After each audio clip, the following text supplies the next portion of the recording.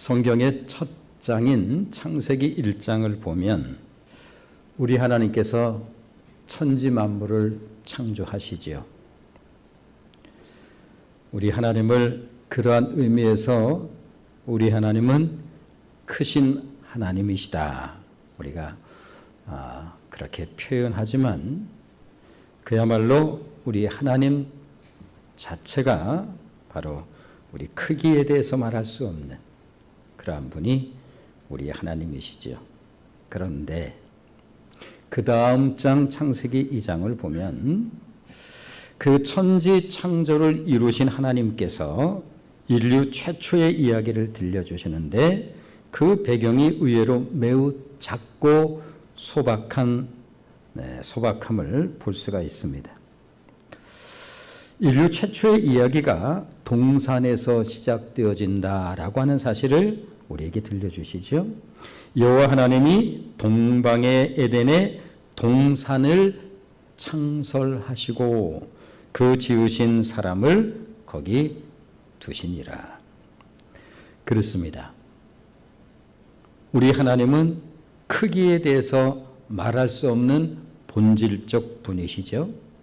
그 하나님께서 우주 만물을 창조하시고 그 다음에 본격적으로 인간 이야기를 시작하시는데 그 배경이 우리가 이해하기에는 굉장히 소박해요. 좋은 의미로 소박하죠. 이 동산이라고 하는 아주 소박한 배경을 가지고 당신이 가장 사랑하시는 인간 이야기를 그렇게 시작하시는 것을 볼 수가 있습니다. 천국의 하나님 나라인 천국에 대해서 말씀하시면서도 거창하거나 거대한 마음을 갖게 하시는 것이 아니라 천국은 마치 사람이 자기 밭에 갖다 심은 겨자씨 하나를 같으니 이렇게 말씀을 하세요.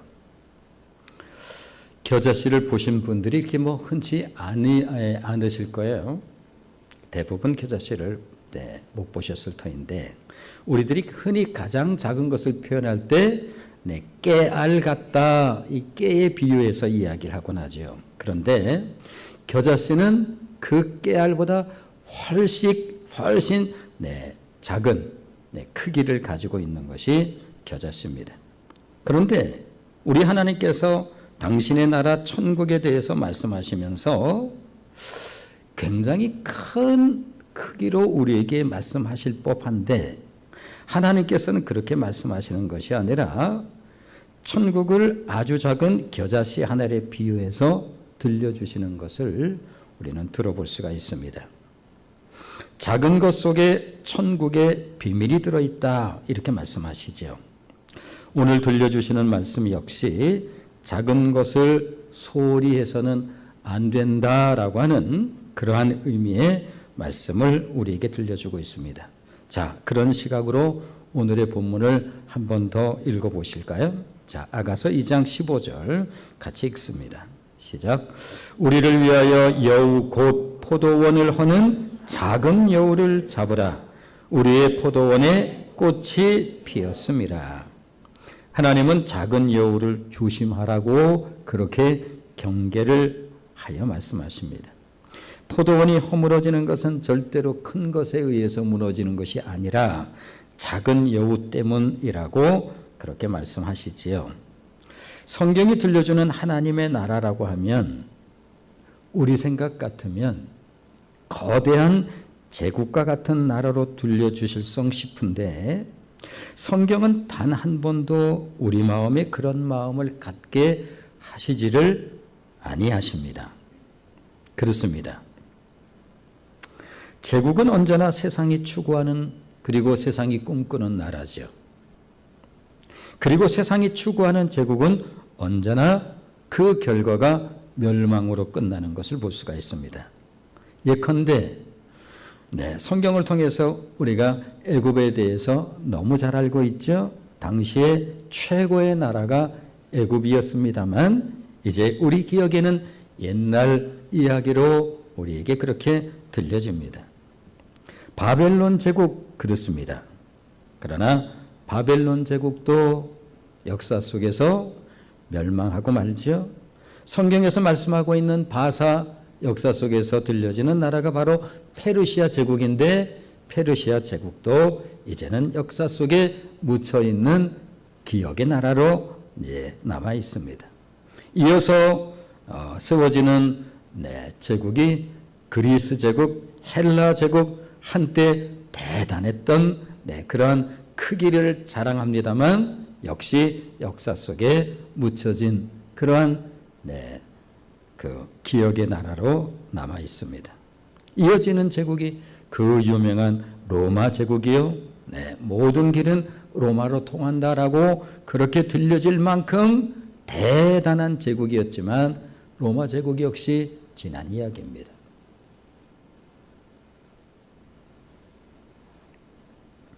이처럼 제국은 세상이 꿈꾸는 나라입니다. 그러나 하나님의 나라는 매우 소박하게 그려지고 있지만 그 나라는 영원한 나라라고 우리에게 그렇게 들려주고 있습니다.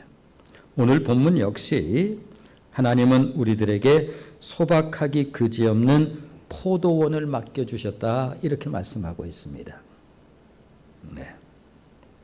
우리 같은 인간이 생각하기에는 포도원 그까짓 거, 애게 이런 식으로 표현할 만하죠. 그런데 우리 하나님께서는 우리들에게 포도원을 맡겨주셨다 이렇게 말씀을 하십니다. 당연히 우리들로 하여금 이 포도원을 잘 세워나가길 원하시는 분이 하나님이시지요. 자, 하나님의 기대를 한번 들어보도록 하겠습니다.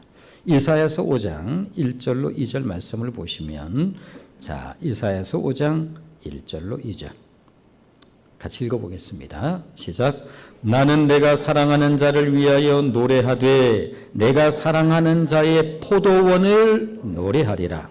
내가 사랑하는 자에게 포도원이 있으며 심히 기름진 산에로다. 땅을 파서 돌을 제하고 극상품 포도나무를 심었도다. 우리 하나님의 기대를, 포도원을 맡기고 우리 하나님께서 가지고 계신 그 기대가 매우 크셨다라고 하는 것을 우리가 충분히 느껴볼 만하죠. 그 중에 내가 망대를 세웠고 또 그 안에 술틀을 팠도다. 이 모두가 포도원을 맡기면서 하나님께서 가지고 계신 포도원에 대한 우리 하나님의 기대라고 말할 수 있습니다. 하나님께서 포도원을 맡겨주시고 좋은 포도 맺기를 하나님께서 기대하셨는데, 그런데 이사야서를 보면 포도원은 바로 이스라엘이다 이렇게 말씀을 하세요. 자, 한번 보실까요? 이사야서 5장 7절 말씀을 보시면, 이사야서 5장 7절 같이 읽어보겠습니다. 시작. 무릇 만군의 여호와의 포도원은 이스라엘 족속이요 그가 기뻐하시는 나무는 유다 사람이라 이렇게 말씀하세요. 무릇 만군의 여호와의 포도원은 이스라엘이다.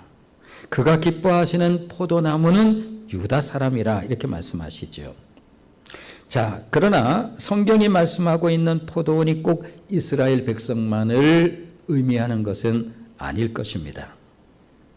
가정일 수도 있을 것이고, 그리고 우리의 공동체인 교회일 수도 있겠지요.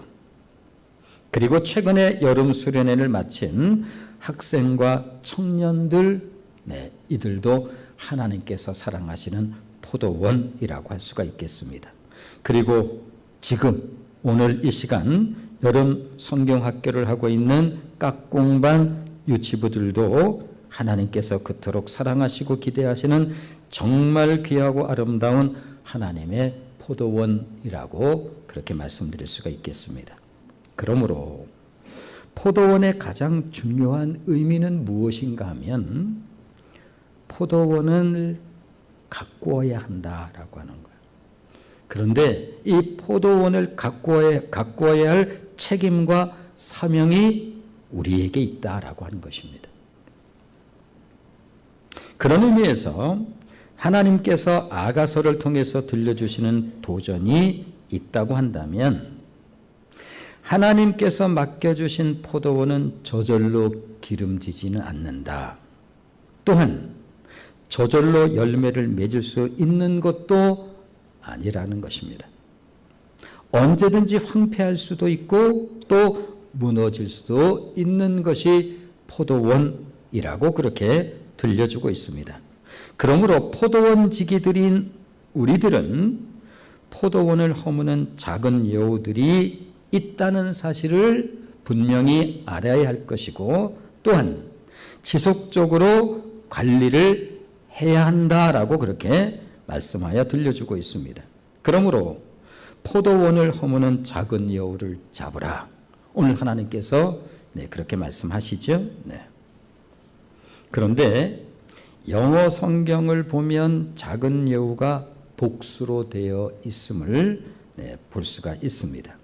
그러므로 포도원은 언제나 작은 것에 의해서 무너진다라고 성경은 그렇게 말씀을 하시지요. 작은 것이 가지고 있는 1차적 위험은 뭘까요? 인간은 본성상 큰 것에 대한 관심을 가지고 있는 기질과 속성이 있습니다. 그리고 작은 것에 대해서는 굉장히 그것을 쉽게 표현하면 좀 얕보거나 소홀히 여기거나 대수롭지 않게 여기는 그러한 기질이 우리에게 있지요. 그래서 우리는 본성상 큰 것은 굉장히 대단한 것으로 여기고 그리고 작은 것은 굉장히 사소한 것으로 여기는 그러한 성향이 우리의 기질이요 우리의 속성입니다. 작은 것이 가지고 있는 1차적 위험은 그러므로 말씀드린 것처럼 인간은 본성상 큰 것에 관심이 있어서 작은 것에 대해서는 언제나 소홀히 여기고 방심하며 무관심하는 그와 같은 위험이 있다. 이렇게 들려주고 있습니다. 그래서 우리 하나님께서 여우를 잡으라. 그 포도원에 그것을 허무는 역할은 여우가 하는 거야. 자, 그런데 그냥 여우라고 하면 충분할 텐데 우리 하나님께서 굳이 작은 여우를 잡으라 이렇게 말씀하고 있는 것을 우리가 볼 수가 있죠. 그러기에 포도원은 사소한 것으로 인해 결국 무너지게 된다는 것입니다.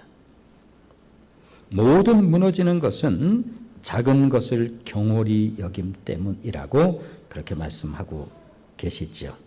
그런 의미에서 교회 공동체 안에서도 지금 성경학교를 하고 있는 깍공반이나 유치부 또는 어린이 공동체 그리고 학생과 청년은 작년에 비해 작게 여겨짐으로 자칫 소홀히 여김을 받을 수 있는 이와 같은 위험이 있다고 할 수가 있겠죠.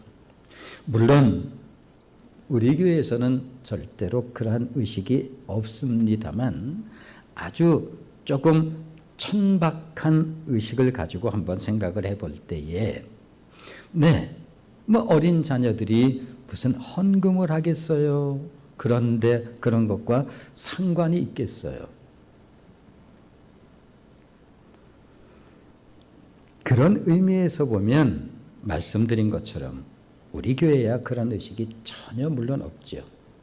또 그런 식의 얘기를 우리는 꺼내본 적도 없고 생각을 해본 적도 없습니다만 만일 이러한 것을 기준으로 교회가 장년 중심의 의식을 가지고 있다고 한다면 이것은 하나님께서 보시는 시각으로 보면 절대로 잘못 바라보는 왜곡된 시각이라고 하는 사실을 오늘 말씀을 통해서 우리는 다시 한번 확인을 해볼 수가 있습니다.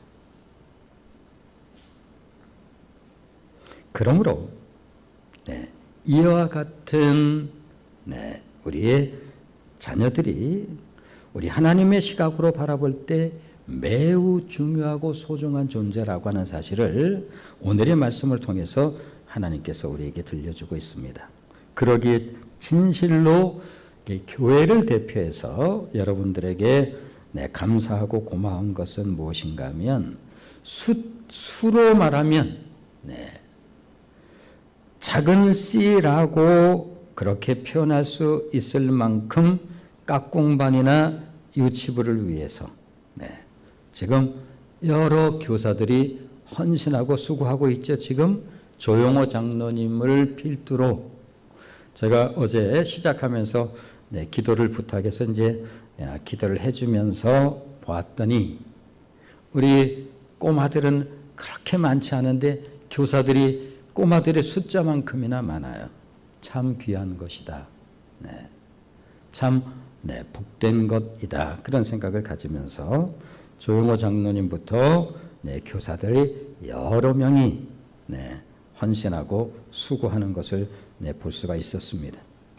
뿐만 아니라 이번 성경학교에서도 주방 등 많은 성도님들이 헌신하며 섬기고 있는 것은 적어도 하나님께서 이 작은 포도원을 얼마나 사랑하고 아끼고 있는지를 알고 있기에 기꺼이 헌신할 수 있고 수고할 수 있는 이유도 여기에 있다라고 말씀드릴 수가 있겠습니다. 이어서 하나님께서는 포도원과 관련해서 또 하나의 작은 여우들이 있음을 들려주고 있는데, 자, 오늘의 본문 바로 윗절 한번 같이 읽어보실까요? 아가서 2장 13절 말씀 같이 읽어보겠습니다. 같이 읽습니다. 시작. 무화과 나무에는 푸른 열매가 익었고 포도나무는 꽃을 피워 향기를 토하는구나. 나의 사랑, 나의 어여쁜 자야, 일어나서 함께 가자. 그림처럼 아름답지요? 금빛 햇살이 쏟아지고 무화과 나무 열매가 익어갑니다. 포도원에는 포도꽃이 만발해서 꽃향기가 미풍과 함께 흩날리고 있습니다. 그런데 이때야말로 위험의 때임을 기억하라고 하나님께서 그렇게 말씀을 하십니다. 왜냐하면 이때는 포도원 문을 열고 싶은 때이기 때문에 그렇습니다. 왜 포도원 문을 열고 싶을까요? 그렇습니다. 보여주고 싶고 자랑하고 싶기 때문에 그렇죠. 보십시오. 이 아름다운 무화과 나무의 열매를 보십시오. 흐드러지게 피어있는 이 포도원의 꽃들을, 그리고 바람과 함께 흩날리는 이 미풍 속에서의 꽃 향기를. 그렇습니다. 이때 포도원 문을 열고 싶어진다는 거예요. 이유는 하나예요. 자랑하고 싶기 때문에, 보여주고 싶기 때문에. 바로 이때에 그러므로 포도원을 허무는 작은 여우가 찾아온다라고 그렇게 말씀을 하십니다. 자, 그렇다면 이때 찾아오는 작은 여우들은 어떤 것들이 있을까? 무엇보다도 과시하고 싶은 욕망이 일어날 수가 있지요. 우리가 가지고 있는 본성입니다. 뭔가 좀 자랑하고 싶은. 그리고 또한 더불어서 또 다른 작은 여우가 있다고 한다면 방심이라고 하는 작은 여우가 찾아올 수 있겠지요. 그리고 방심이라고 하는 것은 교만의 뿌리를 두고 있는 마음이라고 할 수가 있습니다. 그러면서 슬쩍 이제 마치 다 된 것처럼 마음을 놓아버리는 위험이 있다라고 하는 사실을 하나님께서는 그것이 바로 포도원을 허무는 작은 여우야, 그것을 경계해야 할 것에 대해서 말씀을 하고 있습니다. 자, 그러나 포도원의 목적은 꽃이나 향기에 있는 것이 아니라 열매에 있음을 잊어서는 안 된다라고 그렇게 말씀하고 있습니다. 이스라엘은 말씀드린 것처럼 하나님의 포도원이었습니다. 그러므로 포도원에는 또 다른 작은 여우들이 얼마든지 있는데, 예컨대 가장 위험한 작은 여우 가운데 하나가 무엇인가 하면 원망이라고 하는 여우예요. 이 원망이라고 하는 것은 우리가 생각하기에는 원망 충분히 할 수 있잖아요. 이스라엘 백성들이 출애굽해서 400여 년 동안의 노예 생활하다가 무엇인가 잔뜩 기대를 가지고 출애굽을 했는데 막상 출애굽을 해보니 하나님께서 이스라엘 백성들을 광야로 인도하셨는데 광야 자체가 정말로 살아가는데 적대적인 그러한 환경이에요. 아니, 있을만 하잖아요. 원망과 함께 늘 짝하면서 나오는 또 하나의 단어가 무엇인가 하면 불평. 할만하지 않겠습니까? 그런데 우리가 잘 아는 것처럼 원망에는 치명적인 독소가 들어 있습니다. 출애굽 1세대를 광야에서 다 죽게 한 원흉이 바로 원망이라고 하는 사실을 성경은 분명히 우리에게 들려주지요. 따라서 포도원 울타리를 기웃거리는 원망이라는 여우는 반드시 잡아야 한다. 이것이 하나님께서 우리에게 들려주시는 매우 중요한 말씀이에요. 이것이 포도원을 무너뜨리는 거야. 절대로 포도원은 큰 것에 의해서 무너지지 않아. 언제나 작은 여우, 작은 것에 의해서 무너지는 법이란다. 그러므로 원망이라는 여우는 반드시 잡아야 포도원이 무너지는 것을 막을 수 있다라고 성경은 그렇게 말씀하여 들려주십니다. 어디 이뿐인가요? 잠언서가 들려주는 작은 여우들도 있습니다. 자, 잠언서가 들려주는 작은 여우는 또 어떤 것일까? 잠언서 24장 30절로 32절 말씀을 보시면 잠언서 24장 30절로 32절 같이 읽어보겠습니다. 시작. 내가 게으른 자의 밭과 지혜 없는 자의 포도원을 지나며 본즉 가시덤불이 그 전부에 퍼졌으며 그 지면이 거친 풀로 덮였고 돌담이 무너져 있기로 내가 보고 생각이 깊었고 내가 보고 훈계를 받았노라. 잠언서가 들려주는 포도원을 허무는 작은 여우는 두 가지로 우리에게 들려줍니다. 하나는 게으름이라고 하는 작은 여우고 또 다른 하나는 지혜 없는 무지. 이것이 포도원을 허물어버리고 만다라고 들려줍니다. 게으른 자의 밭과 지혜 없는 자의 포도원을 지나는데 보니 온통 가시덤불이에요. 저건 뭐야? 밭이야 뭐야? 잡초가 우거졌는데 도무지 이건 어디가 포도원인지조차 알 수 없이 황폐해졌는데 거기다가 돌담까지 무너져 있더라는 거예요. 네. 아니 이게 밭이야 뭐야? 누구 밭이야? 아니 밭을 어떻게 이 지경으로 만들어? 그러므로 우리들이 포도원직이라고 한다면 무엇보다 포도원의 주인이신 하나님의 관심이 어디에 있는지를 분명하게 알아야 되겠죠. 왜 하나님께서는 작은 여우를 잡으라고 말씀하실까? 이유는 하나님의 관심이 포도나무에 있기 때문에 그렇습니다. 무슨 다른 이유가 있겠어요?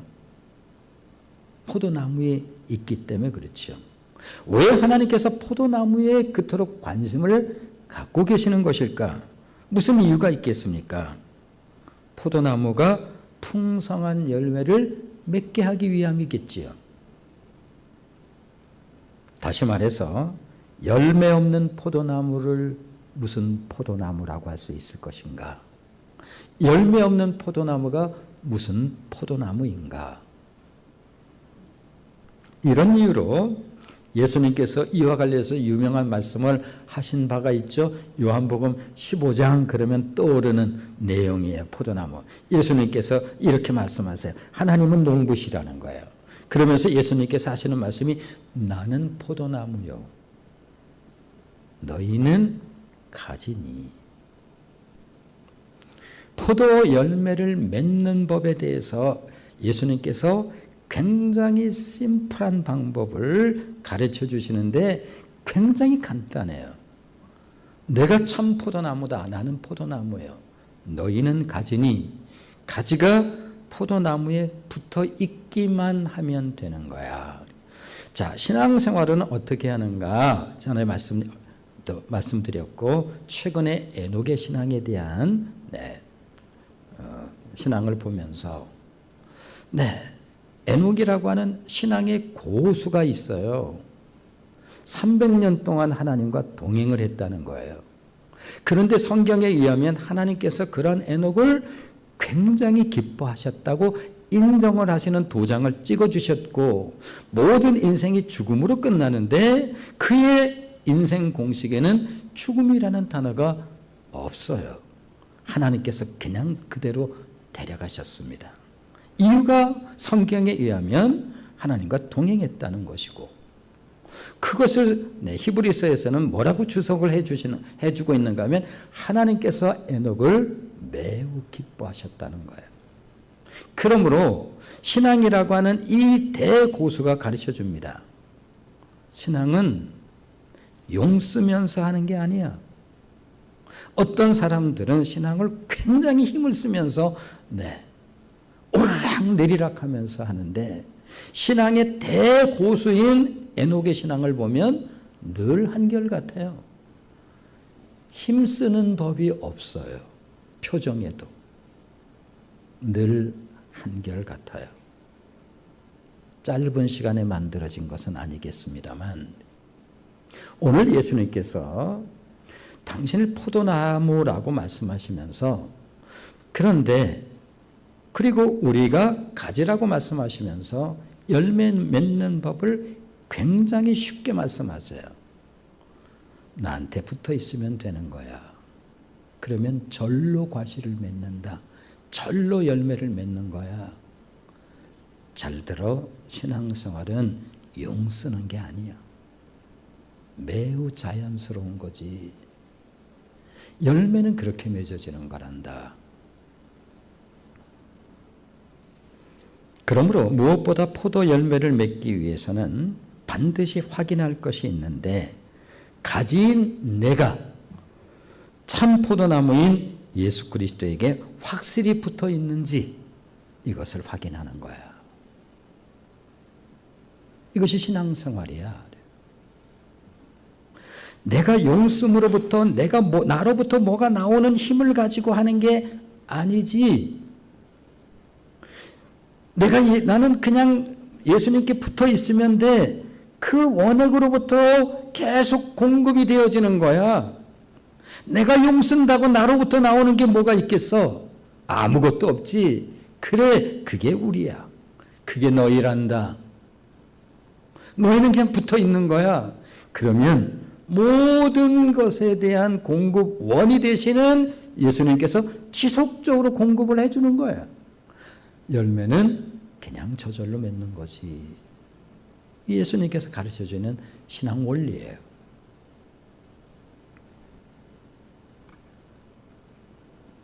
또한 이것이 내 삶의 포도원의 여우들이 기웃거리지 않게 하는 보다 적극적인 방법이라고 그렇게 들려주십니다. 그렇습니다. 우리의 포도원이 더욱 견고해지고 우리의 포도원이 더욱 풍성해지기 위해서는 우리들이 왜 예수 안에 거해야 하는지 오늘 본문의 다음 절 아가서에서 일찍이 우리에게 들려준 말씀이 있습니다. 자, 아가서 2장 16절 말씀을 보시면 아가서 2장 16절 말씀 같이 읽어보겠습니다. 시작.